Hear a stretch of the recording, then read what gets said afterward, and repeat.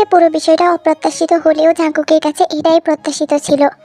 কয়েক মুহূর্তের জন্য তে থমকে গেল। জাঙ্কুকের চোখে চোখ পড়তেই পরক্ষণেই সে জাঙ্কুকের কাঁধ থেকে দুহাত সরিয়ে নিজেও সরে এলো। তে লজ্জায় লাল হয়ে গেছে। এটা কি হলো একটু আগে? যতবার চিন্তা করছে ততবারই যেন নতুন করে সবটা অনুভব করছে সে। এইসবের মাঝে জাঙ্কুক নির্বিকার দৃষ্টিতে তের লজ্জায় রক্তিম চেহারাটা উপভোগ করছে। তে অনেক কষ্টে নিজেকে বুঝিয়ে শান্ত করলো যে এটা একটা অ্যাক্সিডেন্ট, শুধু অ্যাক্সিডেন্ট। তার মাঝেই জাঙ্কুক হঠাৎ তের কোমর জড়িয়ে টেবিল থেকে নিচে নামিয়ে দিতেই আরও কেঁপে উঠল তে। নিচে নামতেই কোমর থেকে জাঙ্কুকের হাত সরিয়ে অনেকটা দূরে সরে দাঁড়ালো সে। কি করবে কি বলবে কিছুই বুঝতে পারছে না তে। মাথায় কাজ করা বন্ধ করে দিয়েছে তার। জাঙ্কুক নিজেকে সম্পূর্ণ নির্দোষ দাবি করে বলল, লাফালাফি একটু কম করতে পারো না? তে লজ্জায় আরো লাল হয়ে গেল। এখন তার সত্যি মনে হচ্ছে এটা তার ভুল। কি করে এমন একটা ভুল করলো সে? জাঙ্কুকের নিজের মুখ আর কোনোদিনও দেখাবে না সে। ইস কি লজ্জা। জাঙ্কুক পকেটে দুহাত ভরে হাঁটছে। তে তার কিছুটা সামনে জড়সড় হয়ে হাঁটছে। হাত দুটো সামনে এনে মুষ্টিবদ্ধ করে রেখেছে। নিজেকে অদৃশ্য চাদরে মুড়িয়ে যদি লুকিয়ে ফেলা যেত খুব ভালো হতো। সবাই রীতিমতো ব্যস্ত হয়ে ওদের খুঁজে বেড়াচ্ছে। ইউনো তখন থেকে ছুটছে। তেকে দেখে হাঁপাতে হাঁপাতে এগিয়ে এলো ইউনো। তারপর সামনে এসে থামলো। দুই হাঁটুতে ভর দিয়ে হাঁপাতে হাঁপাতে বলল, কোথায় গিয়েছিলে তুমি? তে চোখ পিট পিট করে তাকালো। তে কিছু বুঝে ওঠার আগেই পেছন থেকে জাঙ্কুক বলল, আমার সাথে ছিল। তে সঙ্গে সঙ্গে চোখ বড় বড় করে জাঙ্কুকের দিকে তাকালো। লোকটা কি আজ তাকে বদনাম করে ছাড়বে নাকি?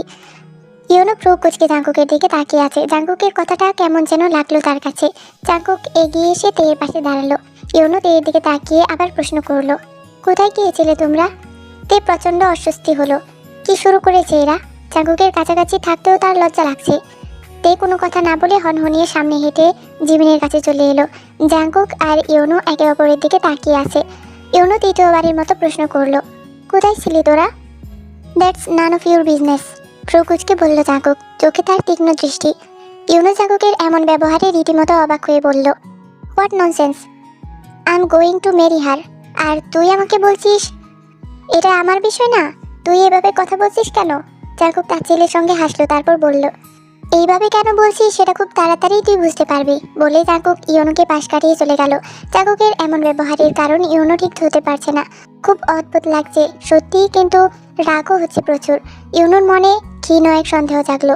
তার মা যখন থেকে বিয়ে করার কথা বলেছিল, ইউনো সময় চেয়েছে কিছুদিন, কারণ তেকে নিজের মনের কথা বলতে চাইছে। কিন্তু তার আগে তের মনের কথাও তার জানা দরকার। ইউনো বাড়ি ফিরে সোজা নিজের মায়ের ঘরে গিয়ে যত তাড়াতাড়ি সম্ভব বিয়ের আয়োজন করতে বলল। এত রাতে ছেলের মুখে বিয়ের কথা শুনে তিনি কিছুটা চমকালেন। এতকাল বিয়ে করতে চায়নি, হঠাৎ এতই বিয়ে করতে ইচ্ছে হলো যে এত রাতে এসে বলছে তাড়াতাড়ি বিয়ের আয়োজন করতে। সকালে উঠে নামজন সাহেব এমন একটা পরিস্থিতির শিকার হবেন ভাবতে পারেননি। হঠাৎ করেই তার বোন উঠে পড়ে লেগেছে বিয়ের আয়োজন করতে। তের মামাকে ফোন করাতে ব্যতিব্যস্ত করে তুলেছেন। তের মামা এখন এমন একটা খবর শুনলে কি মনে করবে সেটা ভেবেই নামজন সাহেব কিছু বলছেন না। নিজের বোনকে ম্যানেজ করছেন নানা রকমে। তে আর জাঙ্কুকের বিয়ের কথাটা জানানো বাকি। বোনকে শান্ত করতে কথাটা বলেই দিল নামজন। তে আর জাঙ্কুকের বিয়ে হয়েছে কথাটা শুনে ঘণ্টাখানেক চুপ থেকে আবারও রেগে উঠলেন রোজ। কিসের বিয়ে? হ্যাঁ, আলাদা আলাদা থাকে, এটা কোনো বিয়ে হলো নাকি? কবে না কবে ডিভোর্স হবে, ততদিন অপেক্ষা করবে আমার ছেলে? শোন, তুই জলদি লয়ারের সাথে কথা বল। দুদিনেই ডিভোর্সের ব্যবস্থা হবে, যত টাকা লাগে আমি দেব। সব ক্ষেত্রেই তার বোনের এমন বাড়াবাড়ি, তবে মনটা খারাপ না তার বোনের। তেকে যত্নেই রাখবে যদি তে তার বউ হয়। এই বাড়ির মানুষগুলোর মতন ওকে হেলাফেলা করবে না। নিজের বলা কথায় নিজেই এত বাজেভাবে ফেসে যাবেন নামজন চিন্তাও করতে পারেননি। কি বলে তের মামাকে বুঝ দেবেন? সেই লোকটাকে মুখ দেখাবেন বা কি করে? জিন বেগম ভেবেই রেখেছেন এই নাটক তিনি বেশি দিন চলতে দেবেন না। তার ছেলের সংসার তিনি ভাঙতে দেবেন না।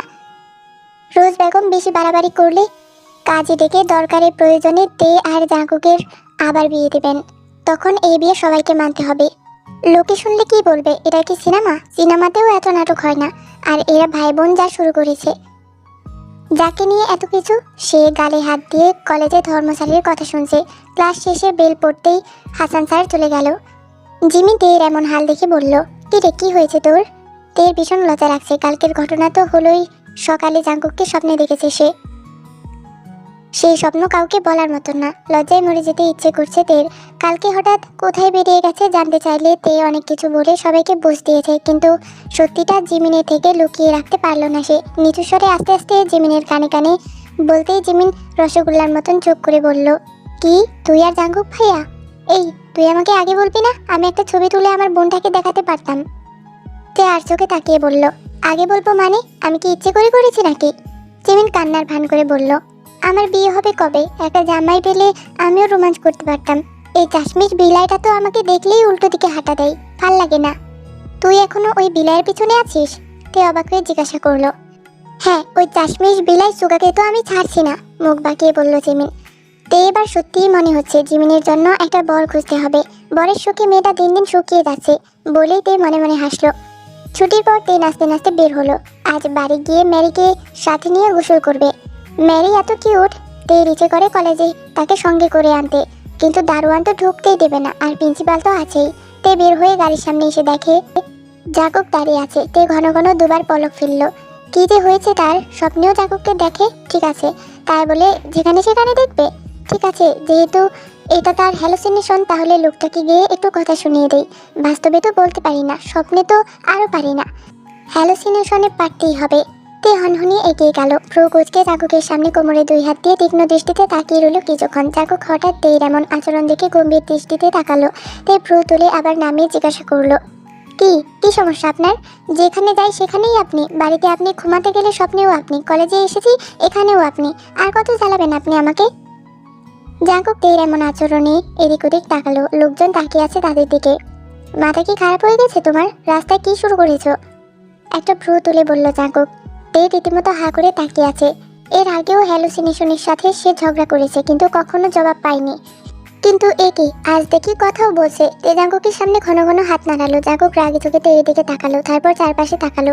কলেজের ছেলেমেয়েরা রীতিমতো হাসাহাসি করছে। জাঙ্কুক তের হাতটা ধরে নামিয়ে রাখতেই তে চোখ ছানাবড়া করে ফেললো। তার মানে কি তার সামনে জাঙ্কুক দাঁড়িয়ে আছে? তে দুবার চোখের পাতা ফেলে একটা ঢোক গেলে বলল, তার মানে আপনি সত্যি? আমি তো বুঝতেই পারি নাই। জাঙ্কুক নির্বিকার দৃষ্টিতে তাকিয়ে থেকে তের হাত ধরে টেনে গাড়িতে বসিয়ে দিয়ে বলল, আমি সত্যি। তোমার কোনো হ্যালুসিনেশন না, কিংবা তোমার রাতের স্বপ্ন না। শেষের কথাটা শুনেই তের গা শিউরে উঠলো। তে বিষয়টাকে কিভাবে ঢাকা দেবে সেটা মনে মনে সাজাতে লাগলো। এর মাঝে সিট বেল্ট লাগাতে গিয়ে জাঙ্কুক তের আরো একটু কাছে এসে তের চোখের দিকে তাকাতেই মাথায় সাজানো সব কথা ভুলে গেল সাথে সাথে, আর হার্টবিট অস্বাভাবিকভাবে বেড়ে গেল তার। জাঙ্কুকের শীতল চাহনিত ছটফট দিয়ে একদম শান্ত হয়ে গেল। জাঙ্কুক সেই দৃষ্টিতেই চেয়ে থেকে নিজের ঠোঁট কামড়ে বলল, রাতের বেলায় আমাকে নিয়ে কি স্বপ্ন দেখো তুমি? তে জাঙ্কুকের থেকে দৃষ্টি সরিয়ে অন্যদিকে তাকালো। কিছু যে বলবে গলা দিয়ে আওয়াজ পর্যন্ত বের হচ্ছে না তার। জাঙ্কুক দৃষ্টি সরিয়ে ঠোঁটের কোণে হাসি রেখে বেরিয়ে এসে ড্রাইভিং সিটে বসলো। তে বাহিরের দৃষ্টি রেখে চুপচাপ বসে আছে। অন্যদিন গাড়িতে বসলে ঘুমে ধরে পড়লেও আছে একদম সজাগ। জাঙ্কুক এর মধ্যে বাড়ির দিকে যাওয়ার রাস্তাটা পাশ কাটিয়ে অন্য মোড়ে ঢুকেছে। তের মনে প্রশ্ন তো জেগেছে, কিন্তু সে চুপচাপ। জাঙ্কুককে প্রশ্ন করতেও কেমন জানি ইতস্তত বোধ করছে সে। আচ্ছা, এর আগে তো কোনোদিন এইতে এত ভাবেনি কোনো ছেলেকে নিয়ে, অথচ এখন কিনা প্রতিটা মুহূর্ত জাঙ্কুকের চিন্তা তার মাথায়। তে আর চোখে একবার জাঙ্কুকের দিকে তাকালো। জাঙ্কুকের দৃষ্টি সামনের দিকে স্থির। প্রশ্ন করার চিন্তাতে এর মাথা থেকে দূর করলো। যেখানে ইচ্ছা যাক, দিন শেষে বাড়ি পৌঁছালেই হলো। জাঙ্কুক গাড়ি থামালো শহর থেকে কিছুটা দূরে কোলাহলবিহীন নির্জন এক বিলের ধারে। বিলের একপাশে বিশাল খালি মাঠ, সেই মাঠের পাশ দিয়ে রাস্তা। জাঙ্কুক কোনো কিছু না বলে গাড়ি থেকে নামলো। তারপর ঘুরে এসে তের পাশের দরজাটা খুলে ঝুঁকে এসে বলল, সিট বেল্ট কি নিজে খুলবে নাকি আমায় খুলে দিতে হবে? তে রীতিমতো হকচকিয়ে তাকালো। জাঙ্কুক চোখের দিকে তাকিয়ে হাসছে। তে চটজলদি সিট বেল্ট খুলতেই জাঙ্কুক গাড়ির সামনে থেকে সরে দাঁড়ালো। তে গাড়ি থেকে বেরিয়ে এমন মনোরম দৃশ্য দেখবে কল্পনাও করেনি। কি সুন্দর জায়গাটা। তে অবাক হয়ে চারপাশ দেখতে জাঙ্কুক তের দিকে হাত বাড়িয়ে দিল। তে পলক ফেলে জাঙ্কুকের বাড়িয়ে দেওয়া হাতের দিকে তাকালো। জাঙ্কুক কি তার হাত ধরতে চাইছে? তে চোখ তুলে একবার জাঙ্কুকের দিকে তাকালো। সঙ্গে সঙ্গে বুকের ভেতরটা ধুক করে উঠলো তার। তে হাত বাড়াতে গিয়ে সংকোচ বোধ করলো। জাঙ্কুক পলকহীন দৃষ্টিতে তাকিয়ে থেকে নিজেই হাত বাড়িয়ে তের হাতটা ধরলো। তারপর হাতটা শক্ত করে ধরে সামনে যেতে লাগলো। কিছু দূর যেতেই চোখে পড়লো কয়েকটা জলকুটির। দেখে তের চোখ আনন্দে পড়ে গেল। জায়গাটা এত সুন্দর যে তে সারাবেলা এই কুটিরে বসে কাটিয়ে দিতে পারবে।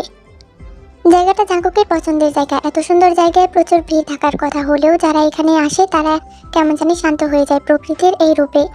এই কুটিরে মাত্র একজন বৃদ্ধ আছে তাদের ছাড়া। তে এতক্ষণ এদিক সেদিক হেঁটে পুরো জায়গাটা সুন্দর করে দেখেছে। এখন সে কুটিরের একপাশে দাঁড়িয়ে নীল আকাশের দিকে তাকিয়ে আছে। জাঙ্কুক এগিয়ে এসে তের দুপাশে কুটিরের রেলিংয়ে হাত রেখে দাঁড়ালো। তারপর তের কাছাকাছি এসে বলল, এটা আমার প্রিয় একটা জায়গা। তে তে জাঙ্কুকের দিকে ঘাড় ঘুরিয়ে তাকালো। জাঙ্কুকের দৃষ্টি যে তার দিকেই স্থির ছিল। না তাকাতে হয়তো বুঝতে পারতো না সে। এবার চেষ্টা করেও তে চোখ ফেরাতে পারলো না জাঙ্কুকের দৃষ্টি থেকে। নেশার মতন তাকে গ্রাস করেছে সে দৃষ্টি। তে জাঙ্কুকের দিকে তাকিয়ে বলল, অনেক সুন্দর জায়গাটা, কিন্তু আপনি আমাকে এখানে এনেছেন কেন? খুব সাহস করে প্রশ্নটা করলো তে। জাঙ্কুক মুখটা আর একটু এগিয়ে আনতেই দূরত্ব যেন একেবারে কমে গেল। জাঙ্কুকের নিঃশ্বাস আশ্রে পড়ছে তের ঘাড়ে আর গলায়। জাঙ্কুককে নিজের এত কাছে আবিষ্কার করেও তে নড়তে পারলো না। গুদুলির এই হলদে আভাই কেন জানি জাঙ্কুকের গাল ছুঁয়ে দিতে ইচ্ছে করছে তার। সেই নেশা আরো গভীরভাবে প্রকাশ পাচ্ছে জাঙ্কুকের চোখে। জাঙ্কুক ঘোর লাগা কণ্ঠে বলল, তুমিই একমাত্র যাকে আমি এই জায়গায় এনেছি। কথাটা যেন থেকে একদম অবাক করে ফেলেছে। জাঙ্কুকের চোখের ভাষা যেন সে পড়তে পারছে। জাঙ্কুকের এই ঘর থেকে বেরিয়ে আসা দরকার, কিন্তু কিছুতেই সে পারছে না, হয়তো সে চাইছেও না। জাঙ্কুক এগিয়ে এসে তের ঠোঁট স্পর্শ করার আগেই সেই বৃদ্ধ লোকটা হালকা কাশির আওয়াজ করলো। এতে তের ঘোর ভাঙলো। চোখ বড় বড় করে মুখ ঘুরিয়ে ফেললো সে। তে লজ্জায় লাল হয়ে গেছে। এমন একটা জায়গায় সবার সামনে কি করতে যাচ্ছিল জাঙ্কুক? জাঙ্কুক প্রকোচকে ভীত লোকটার দিকে একবার তাকালো। লোকটা মিটমিট করে হাসছে। তে রীতিমতো জাঙ্কুকের হাতের নিচ দিয়ে বেরিয়ে অন্যদিকে এসে দাঁড়ালো। ফেরার সময় তে কোনো কথা বলল না। সবটা সময়ে গাড়ির জানালা দিয়ে বাইরে তাকিয়ে রইল। তবে জাঙ্কুকের বলা শেষ কথাটা ভাবতেই ভালো লাগছে তার। তে গাড়ি থেকে নেমে দৌড়ে নিচের রুমে চলে গেল। রুমে ঢুকে বাতি জ্বেলিয়ে দিতেই বড় রকমের একটা শক খেলো সে। রীতিমতো চিৎকার করতে গিয়েও নিজেকে সামলিয়ে নিল তে। ইউনো ম্যারিকে কোলে করে টেবিলের পাশে দাঁড়িয়ে আছে। তেকে এমন চমকে উঠতে দেখে বলল, রিল্যাক্স, ভয় পেও না। আপনি তো আসলেই একটা এলিয়েন। এইভাবে হুটহাট সামনে আসেন কেন? ভয়ার্ত গলায় বলল তে। এলিয়েন? বাহ, নামটা তো সুন্দর। তোমার চয়েস অফ ওয়ার্ড অনেক ভালো। বলেই হাসলো সে। তে হা করে তাকিয়ে আছে। তারপর নিজেকে শান্ত করে বলল, আপনি এই অন্ধকার রুমে কি করছেন? কিছু না, তোমার জন্যই অপেক্ষা করছিলাম। আর আমার অন্ধকারে একটু বেশি পছন্দ, একটু বেশি ভালো লাগে। বলতে বলতে এগিয়ে এলো ইউনো। আমার জন্যে? কেন? অবাক হয়ে জিজ্ঞাসা করলো তে। তোমার সাথে কিছু কথা বলার ছিল। বাকিটা বলার আগে জাঙ্কুক দরজার পাশে এসে দাঁড়ালো। দেখে তো মনে হচ্ছে এক্ষুনি বাইরে থেকে এসেছে। ইউনো জাঙ্কুকের দিকে তাকিয়ে রক্তিম চোখে বলল, তোমরা দুজন কি একসাথে ফিরলে? ইউনোর প্রশ্নে তে পেছনে তাকালো। পেছনে জাঙ্কুককে দেখে বেশ অপ্রস্তুত হয়ে গেল সে। তে কিছু বলার আগেই জাঙ্কুক ইউনোর উদ্দেশ্যে বলল, অ্যাকচুয়ালি আমি তোকেই খুঁজছিলাম। তোর সাথে আমার কথা আছে, আমার রুমে আয়। কিন্তু আমি এখন তের কাছে এসেছি, তোর কথা না হয় পরেই শুনলাম।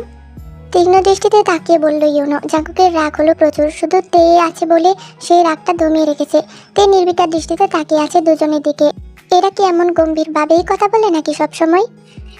এদের এই ঘর থেকে বিদায় করা লাগবে। এদের এমন রোবটিক কথাবার্তা শোনার বিন্দুমাত্র ইচ্ছা নাই তার। তে এদিক ওদিক তাকিয়ে বলল, আপনারা দুজনেই এখন নিজ নিজ রুমে যান, আমি ফ্রেশ হব। কথাটা বলা শেষ করার আগে জাঙ্কুক কঠিন দৃষ্টিতে ইউনোর দিকে তাকিয়ে বেরিয়ে গেল।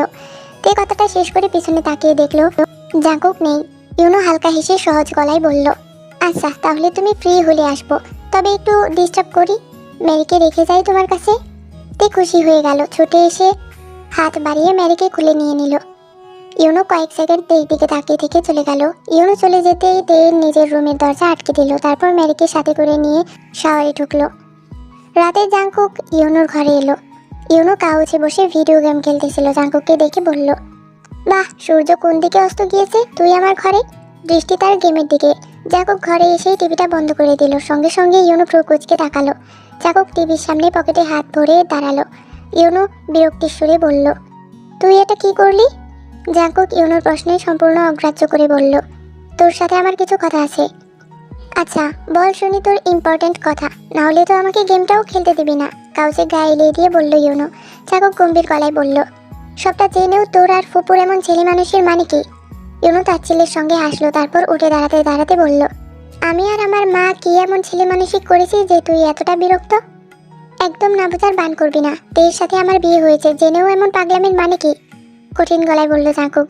আচ্ছা এই ব্যাপার, বিয়েটা তো তোরা দুজনেই বাধ্য হয়ে করেছিস। তুই তো দেখি বউ বলে মেনেও নিবি না বলেছিস। আলাদা আলাদা ঘরে থাকিস। তারপরও আমাকে এই প্রশ্নটা করা কি তোর পাগলামি না? তীক্ষ্ণ দৃষ্টিতে বলল ইউনো। জাঙ্কুক আরো কঠিন গলায় বলল, সেটা আমাদের পার্সোনাল ম্যাটার, তুই কেন ইন্টারফেয়ার করবি? ইউনো জাঙ্কুকের দিকে কিছুটা এগিয়ে এসে জোর গলায় বলল, অবশ্যই করব, because I love her, I extremely. বাকিটা বলার আগেই জাঙ্কুক ইউনোর গলা চেপে ধরল। বিস্ফোরিত কণ্ঠে বলল, shut up you know, just shut up. তুই যা করছিস এর ফল কিন্তু ভালো হবে না। ইউনো কলার থেকে জাঙ্কুকের হাত সরিয়ে দিয়ে কঠিন দৃষ্টিতে তাকিয়ে বলল, ফল যেটাই হোক, এত সহজে তো আমি হাল ছাড়ছি না। ডিভোর্স পেপার রেডি হচ্ছে ডাক্তার সাহেব, তোর বাবাই সবটা করছে। গুটি কিন্তু ওনার হাতে, আমি তো শুধু বিয়েটা এগিয়ে এনেছি, দ্যাটস ইট। জাঙ্কুক হাত মুষ্টিবদ্ধ করে ফেলল, নিজেকে যথাসম্ভব সামলানোর চেষ্টা করছে। জাঙ্কুক চোয়াল শক্ত করে বলল, just stop talking nonsense, you are day dreaming. No, this is reality bro. Just ভাব, তে তোর বাবাকে কতটা শ্রদ্ধা করে। তোর বাবা যা বলবে তে কিন্তু সেটাই করবে।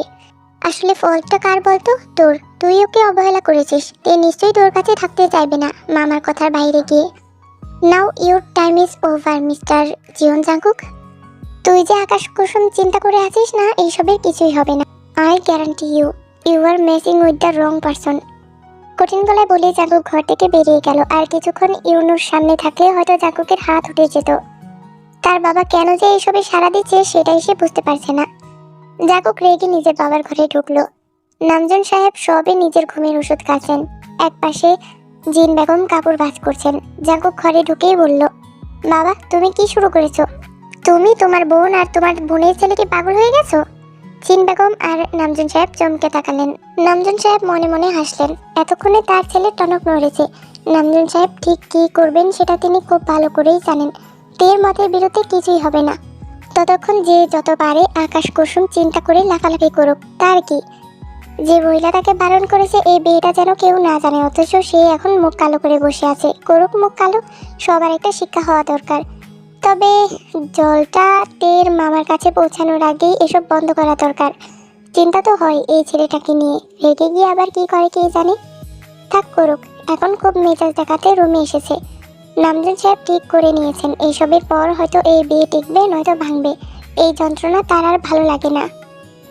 তোমার এত সমস্যা কেন হচ্ছে সেটাই তো বুঝতে পারছি না। কথা বাড়িয়ে লাভ নেই, যাও ঘুমাও, নির্বিকার ভঙ্গিতে বললেন নামজন সাহেব।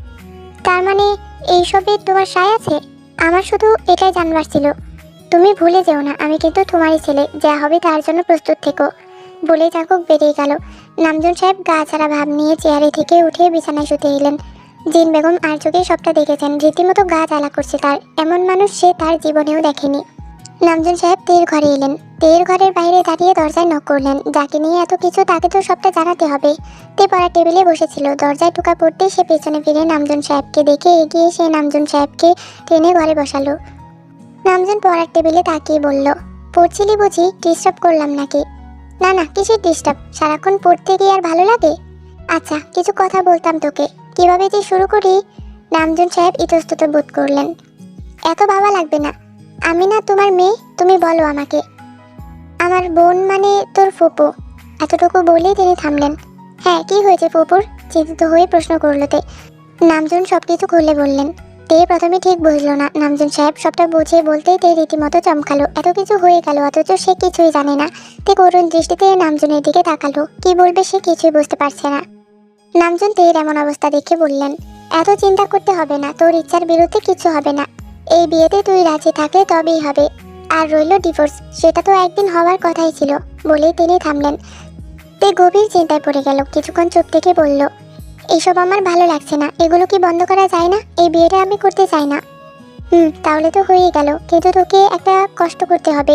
এই কথাটা নিজের মুখে ইউনোকে বলতে হবে। ইউনো বিয়ে থেকে সরে এলেই তোর ফুপু শান্ত হবে। তে সবটা শুনে ভাবনায় পড়ে গেল, এই কঠিন কাজটা তাকেই কেন করতে হবে? তে ভয়ার্থ গলায় বলল, আমাকেই বলতে হবে? হ্যাঁ, তোকেই বলতে হবে। আর ডিভোর্সের কি করব? বলে তের দিকে তাকালো। তে রীতিমতো চিন্তার গভীর সাগরে পড়ে গেল। এই কোন দ্বিধায় পড়লো সে? তে কিছুক্ষণ চুপ থেকে বলল, আমি জানি না। তের মধ্যে কোনো অনুভূতি কাজ করছে না কেন জানি। যা হওয়ার হবে। বেশি ভাবতেও পারছে না, ভাবতে গেলেই কেমন অদ্ভুত খারাপ লাগা কাজ করছে। হারিয়ে ফেলার ভয় নেই তার, কিন্তু তাও কেন এমন লাগছে? তে চুপ করে রইল। নামজন আর কিছু বললেন না। তে মাথায় হাত বুলিয়ে চলে গেলেন। তে নিশ্চুপে বসে রইল। ডিভোর্স হলে কি হবে? জাঙ্কুক আবার বিয়ে করবে? এমনিতেও সে জাঙ্কুকের বউ ছিল কবে। যা হওয়ার হবে, সে আর ভাববে না। বিয়েও যে সে কিছু করতে পারবে তা তো না। সকালে ঘুম থেকে উঠে রোজ বউকে নিজের ঘরে থেকে বেশ চমকালো তে। উনি এই সকালে তার ঘরে কি করছেন? ম্যারিকে ইউনোর কাছ থেকে নিয়ে নিজের কাছে রেখেছে। ম্যারিকে খাটের পাশে বিছানা করে ঘুমাতে দিয়েছিল তে, কিন্তু ম্যারি উঠে তের মাথার কাছে নাচানাচি করছে। তে চোখ ডলতে ডলতে উঠে বসলো। কিছুক্ষণ পর পুরো ব্যাপারটা তেয়ের কাছে পরিষ্কার হলো। ফুপি কিছু শাড়ি সঙ্গে করে এনেছেন। তেকে শাড়িগুলো থেকে একটা পরতে হবে। কি যন্ত্রণা!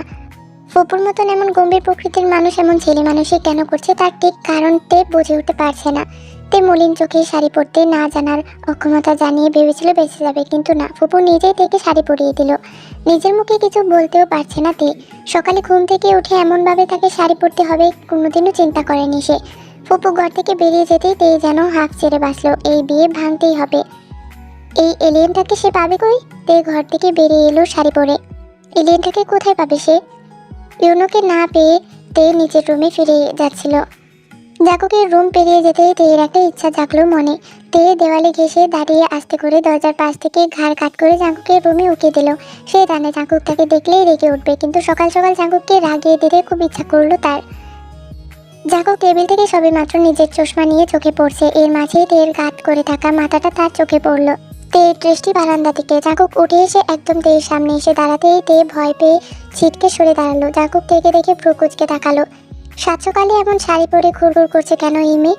জাকুক তের পা থেকে মাথা পর্যন্ত চোখ বুলিয়ে বলল, এইভাবে বউ সেজে সকাল সকাল আমার ঘরে উঁকি মারছো কেন? বউ হতে ইচ্ছে করছে? তে চোখ কপালে তুলে ঘন ঘন নাসূচক মাথা নেড়ে বলল, ভুলভাল কথা বলবেন না, আমি তো ম্যারিকে খুঁজছিলাম। জাকুক ভ্রু কুঁচকে দেখালো, তারপর বলল, শাড়ি পরেছো কেন? তে উপহাসমূলক হেসে বলল, কিছু না, এমনি, অপু বলেছে পড়তে।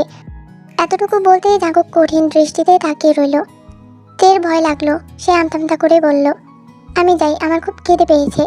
ম্যারিকে দেখলে আমার রুমে যেতে বলবেন। বলেই কেটে পড়ল তে। জাকুক রাগী গলায় বলল, তোমার খরগোশ কি তোমার সাথে থেকে থেকে কথা বলাও শিখে গেছে?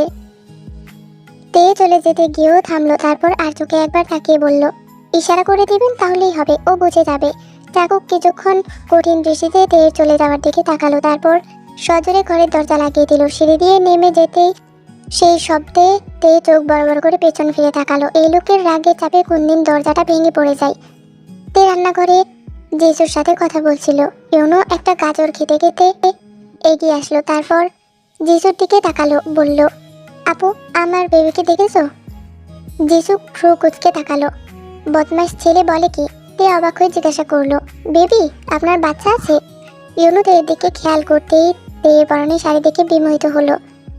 যিশু সজোরে পিঠে একটা থাপ্পড় দিয়ে বলল, আমি তোর বড় না, আমাকে তুই কি জিজ্ঞাসা করিস?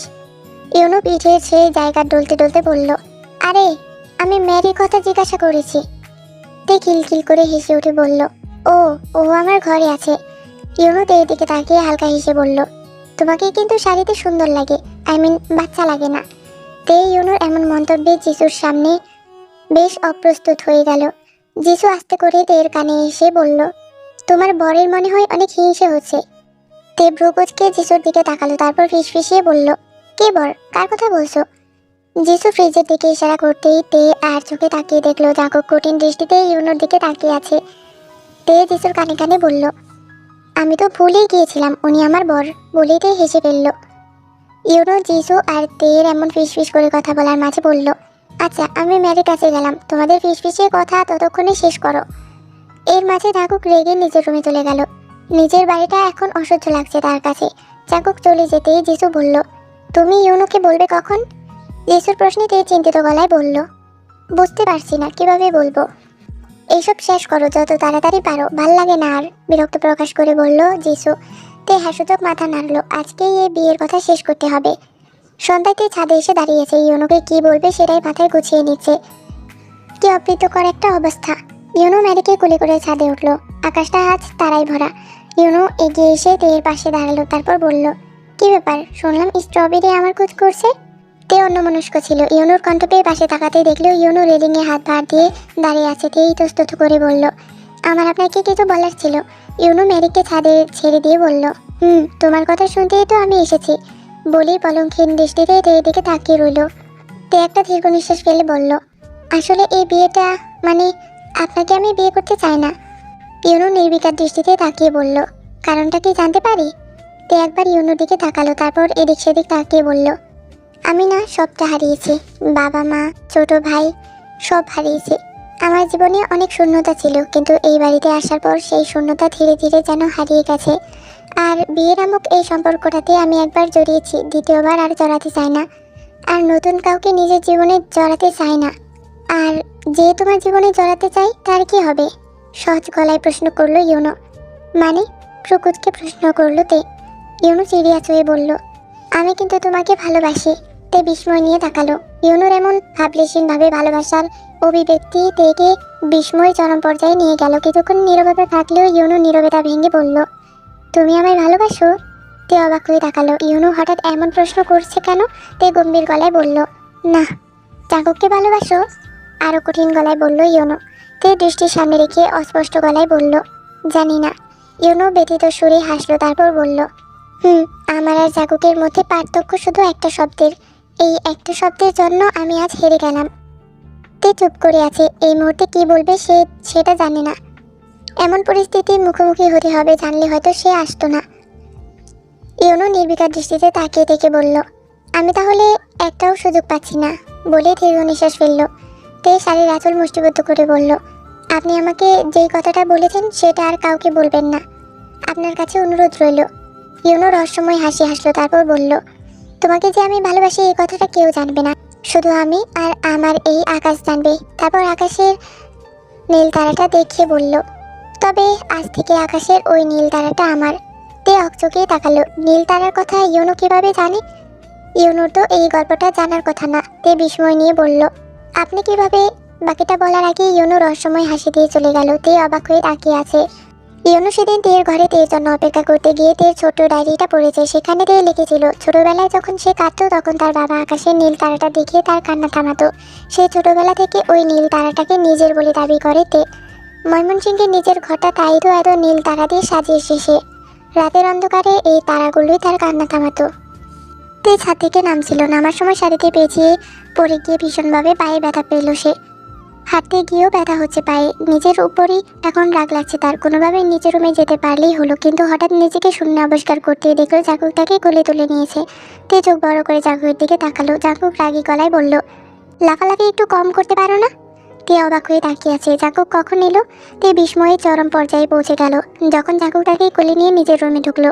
তে চোখ পিট করে জাঙ্কুকের দিকে দুইবার তাকালো, তারপর ভয়ার্ত কণ্ঠে বলল, আপনি আমাকে কোথায় নিয়ে যাচ্ছেন? বলতে বলতে জাঙ্কুক তেকে নিয়ে বিছানায় বসিয়ে দিল। তে হা করে তাকিয়ে আছে। এটা কি স্বপ্ন? এই বনমানুষ তাকে নিজের ঘরে এনেছে, তাও আবার নিজের বিছানায় এনে বসিয়েছে। তে ব্যথায় কাতরাচ্ছে। পাটা কি ভেঙে গেল নাকি? কয়েকবার আর্তনাদ করতে জাঙ্কুক এগিয়ে এসে তের পায়ে স্পর্শ করলো। তে পা সরিয়ে ব্যথায় কাতরাতে কাতরাতে বলল, কি করছেন? পায়ে হাত দিচ্ছেন কেন? জাঙ্কুক প্রকুতকে বলল, স্টুপিডের মতন কথা বলবে না, দেখি পায়ে দিকে আনো। তে রাগী গলায় বলল, না। জাঙ্কুক বিরক্ত হয়ে নিজেই এগিয়ে এসে তের পা থেকে শাড়িটা হালকা উপরে তুলতেই তে ভীষণ অপ্রস্তুত হয়ে গেল। তে সঙ্গে সঙ্গে শাড়ি নামিয়ে বলল, আমি আপনাকে দেখাবো না, আপনি কোনো মহিলা ডক্টরকে ডাকুন। জাঙ্কুক ভীষণ রেগে গিয়ে বলল, শাট আপ, একটাও কথা যদি বলেছ। জাঙ্কুক হাত বাড়িয়ে তের পা মুচকে গেছে কিনা দেখছে। তে শাড়ি আঁচলটা শক্ত করে ধরে নাক মুখ কুচকে আছে। পায়ে তার ভীষণ সুরসুরি, কিন্তু এই লজ্জার কথা এই বনমানুষটাকে বলবেই বা কি করে? লোকটা কিছুই বোঝে না। তে কিছুক্ষণ পর হঠাৎ ব্যথাটা আর অনুভব করছে না, শুধু পা নাড়াতেই রগে ব্যথা করছে। তে আস্তে করে শাড়ি দিয়ে নিজের পা ঢেকে ফেললো। জাঙ্কুক কঠিন দৃষ্টিতে তের দিকে তাকিয়ে বলল, চুপচাপ এখানে বসে থাকো, আমি আসছি। বলে জাঙ্কুক বেরিয়ে গেল। তে বসে আছে, জাঙ্কুকের ঘরটা দেখছে। দেওয়ালগুলো একদম সাদা, শুধু একটা দেওয়াল ধূসর রঙের, আর পর্দাগুলো হালকা নীল রঙের। খুব গোছানো একটা ঘর। মেয়ে হয়েও তো সে নিজের ঘর এমন সুন্দর করে গুছিয়ে রাখে না। হঠাৎ কেন জানি তার এই ঘরে থাকতে ইচ্ছা করছে। ঘর সাজানোতে তেমন পছন্দ হয়নি, কিছু ওয়ালমেট থাকলে ভালো হতো, কিন্তু তাও জাঙ্কুকের সাথে থাকতে ইচ্ছা করছে তার। অদৃশ্য হওয়ার ক্ষমতা থাকলে সে এই ঘরে থেকে দেখতো লোকটা সারাদিন এই ঘরে কি করে। জাঙ্কুক কিছুক্ষণ পর আইস কিউব নিয়ে এসে ঘরে ঢুকলো। তারপর তের পাশে বসে তের পা নিজের কোলে নিতেই তে বেশ চমকালো। জাঙ্কুক খুব যত্ন করে লাল হয়ে যাওয়া জায়গায় বরফ দিচ্ছে। ছোটবেলা থেকেই একটু ব্যথা পেলেই তার ফর্সা গায়ে সেটা রক্তিম বর্ণ ধারণ করত। জাঙ্কুক একবার তের দিকে তাকিয়ে ব্যথা কমেছে কিনা জানতে চাইলো। তে বলল, ব্যথা কমেনি, কিন্তু ব্যথাটা অল্প আছে। মিথ্যা বলেছে কেন সে জানে না, হয়তো জাঙ্কুকের তার প্রতি এই যত্ন ভালো লাগছে। জাঙ্কুক আবারও জিজ্ঞাসা করলো, একটুও ব্যথা কমেনি? জাঙ্কুকের ধারণা অনুযায়ী ব্যথাটা কমে যাওয়ার কথা। তেই না সূচক মাথা নাড়ালো, তারপর ব্যথাতুর ভঙ্গি করলো। জাঙ্কুক কয়েকবার পলক ফেলতেই নামজুন আর জিন বেগম ঘরে ঢুকলেন। দুজনেই তেকে জাঙ্কুকের ঘরে দেখে চমকালেন। তে তাদের চেহারায় সে চমকটা দেখতে পাচ্ছে। জিন বেগম অবাক ভঙ্গিতে বললেন, ওর পায়ে কি হয়েছে? জাঙ্কুক বরফের বাটিটা একপাশে রাখতে রাখতে বলল, সিঁড়িতে পড়ে গেছে। নামজুন সাহেবের সেদিকে কোনো চিন্তা নেই, তিনি সঙ্গে সঙ্গে জিজ্ঞাসা করলো, তে এই ঘরে কি করে এলো? এই প্রশ্নে তে বেশ অপ্রস্তুত হয়ে গেল। ইস, নিজের রুমে চলে যাওয়া উচিত ছিল। জাঙ্কুক নির্বিকার দৃষ্টিতে তাকিয়ে থেকে বলল, আমি এনেছি। কেন, তোমার কোনো সমস্যা? জাঙ্কুকের এমন প্রশ্নে নামজুন সাহেব রেগে গিয়ে বললেন, সামনে ওর বিয়ে, আর তুমি ওকে কেন তোমার ঘরে এনেছো? এই দায়ন, দায়ন। বিয়ের প্রসঙ্গটা শুধু জাঙ্কুককে রাখাতে বললেন তিনি, ইশারায় তেকে বুঝিয়ে দিল। দায়ন খালা রীতিমতো ছুটে আসতেই নামজুন সাহেব বললেন, তেকে ধরে ওর নিচের রুমে দিয়ে আয়। আর কিছু বলার আগে জাঙ্কুক কঠিন গলায় বলল, তে কোথাও যাবে না। জাঙ্কুকের মুখে নিজের নাম শুনে তে ভীষণ অবাক হলো, কিন্তু ছেলের এমন উক্তিতে নামজুন সাহেব বললেন, তেকে তোমার ঘরে রাখার অনুমতি আমি কখনোই দেব না। জাঙ্কুক একটা ছোট শ্বাস ফেলে বলল, তোমার কাছে অনুমতি চেয়েছে কে? জিন বেগম কঠিন গলায় তার স্বামীকে বললেন, বুড়ো হয়েছ, কিন্তু বুদ্ধি জ্ঞান সব কি দিন দিন হারাচ্ছ? চুপচাপ নিজের ঘরে এসো, তে এখন থেকে এই ঘরেই থাকবে। বলে নামজুনকে টেনে ঘর থেকে বের করে আনলেন। তারপর বেরিয়ে এসে আরও বললেন, এই বিয়ের চ্যাপ্টার বাদ, এই নিয়ে যদি আর কোনো বাড়াবাড়ি তুমি করেছো, আমি এই বাড়ি ছেড়ে চলে যাব। তারপর তুমি আর তোমার বোন থেকো। জিন বেগমের এমন রূপ নামজুন সাহেব এর আগে দেখেননি। তে শেষের কথাটা শুনেই লাফিয়ে খাট থেকে নেমে পড়লো। লাফাতে গিয়ে পায়ে একটু ব্যথা অনুভব করলো। আই হাই, শাশুড়িটা বলে কি? তে জাঙ্কুকের ঘর থেকে বেরিয়ে যাওয়ার জন্য দরজার সামনে আসতেই জাঙ্কুক দরজা লাগিয়ে কড়া চোখে তেয়ের দিকে তাকালো। তে ভয়ার্থ গলায় বলল, আমার পা ঠিক আছে, আমি হেঁটে হেঁটে নিজের রুমে যেতে পারবো। আমার প্রতি এত সহমর্মিতা দেখানোর জন্য আপনাকে ধন্যবাদ। শেষের কথাটা শুনে জাঙ্কুক ভ্রু কুঁচকে ফেলল। তারপর বলল, চুপচাপ গিয়ে বিছানায় বসো, একদম দরজা খোলার চেষ্টা করবে না। মানে কি আশ্চর্য, আমাকে যেতে দিন। বলে এগিয়ে এসে দরজা খোলার চেষ্টা করলো। জাঙ্কুক এক হাত পকেটে ভরে অন্য হাতে দরজার লক ধরে আছে। তে নিজের সব শক্তি দিয়ে পারছে না। এতক্ষণ এই ঘরে থাকার ইচ্ছে হলেও শাশুড়ির শেষ বাক্যটি কানে আসতে সে ইচ্ছা কার্পণ্যের মতন নড়ে গেছে। জাঙ্কুক স্থির দৃষ্টিতে তেয়ের দিকে তাকিয়ে আছে। পায়ে ব্যথা নিয়েও কিভাবে দরজা খোলার জন্য এই মেয়ে লাফাচ্ছে। জাঙ্কুক তপ্ত নিঃশ্বাস ফেলে বলল, তুমি নিজে গিয়ে বিছানায় বসবে নাকি আমায় নিয়ে যেতে হবে? তোমার পায়ের ব্যথা কি উড়ে গেছে? আমি এই ঘরে থাকবো না, রেগে বলল তে। জাঙ্কুক দরজার লক থেকে হাত সরিয়ে শার্টের হাতা বাজ করেই বলল, আমাকে বলছো কেন? সাহস থাকলে তো আমার মাকে গিয়ে বলো। জাঙ্কুক লক থেকে হাত সরিয়ে নিয়েছে। চোখ পড়তেই তে দরজা খুলে পালাবে, তার আগে জাঙ্কুক তেকে কোলে তুলে নিল। তে পরাজয় মেনে নিল, কারণ তার পায়ে এবার সত্যিই ব্যথা করছে। জাঙ্কুক থেকে বিছানায় বসিয়ে দিয়ে বলল, এবার তো তুলে এনেছি, এখান থেকে নামবে তো পরের বার বেঁধে রাখবো। আপনি তো আমাকে আপনার রুমে এলেই গেট আউট করতেন, এখন আবার আপনি আমাকে যেতে দিচ্ছেন না কেন? বিস্ময় নিয়ে বলল তে। জাঙ্কুক উত্তরে কিছু বলল না। তে গভীর চিন্তায় পড়ে গেল। জাঙ্কুক কি তাহলে নিজে থেকে চাইছে সে তার কাছে থাকুক?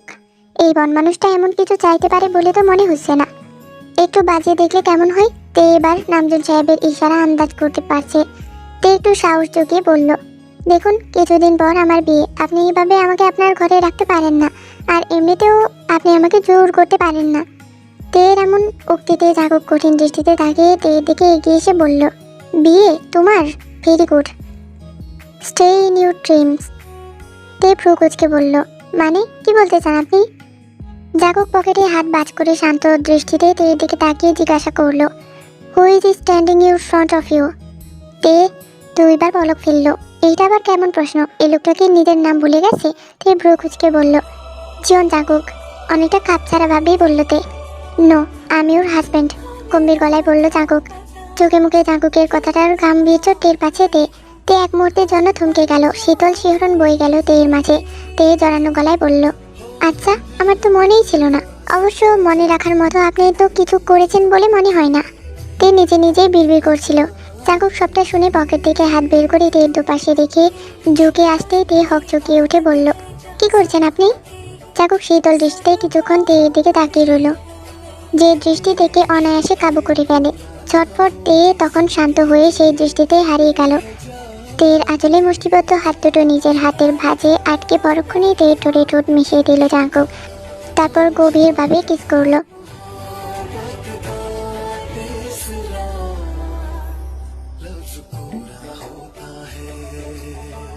জাঙ্কুকের হঠাৎ এমন আচরণে তে পরক্ষণে চোখ বন্ধ করে ফেলল। প্রতি মুহূর্তে হৃদকম্পন যেন কয়েকগুণ বেড়ে যাচ্ছে। জাঙ্কুককে সরিয়ে দেওয়ার কোনো উপায়ও তার কাছে নেই। কিছুক্ষণ পর জাঙ্কুক সরে আসতেই তে মাথা নিচু করে জোরে জোরে নিঃশ্বাস নিতে লাগলো।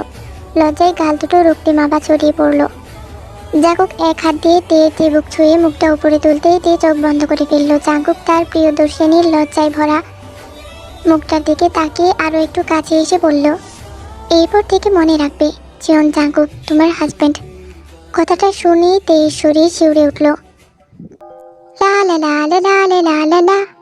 সেই সেই সেই সেই সেই ওয়াও, কি সুন্দর কিসে। যাই হোক, সে লাগতেছে নি, তোমরা খালি কমেন্টস করে জানাও। আসলেও সেই লাগতেছে। যাই হোক গা, অনেক সুন্দর হইতাছে গল্পটা। তো সামনে দেখার লাগে আরো বেশি এক্সাইটেড থাও। হ্যাঁ, দুঃখজনক ব্যাপার না এটা, মানে খুশির ব্যাপার। ওই তোমরা এত বড় বড় করে পর্ব দিতাম যে আমি 24টা পর্ব শেষ করে লাইছি। 5 পর্বে 6 পর্বে 24টা পর্ব খতাম, মানে খাতাম হয়ে গেছে। যাই হোক গা, 20টা পর্ব ফার্স্টটা পর্বে শেষ করে লাইছি, 20 পর্ব। যাই হোক, গল্পটার সব মিলাইয়া মনে করো 43 নাকি 46 পর্ব। তো আমার এনো মনে হইতাছে, এখন মনে হইতাছে তো বড় বড় করে যে দিতাছি, মনে 10 11 12টা পর্ব হইব বেশি হইলে। আচ্ছা তাহলে টাটা, আল্লাহ হাফেজ, জায়গা এখন।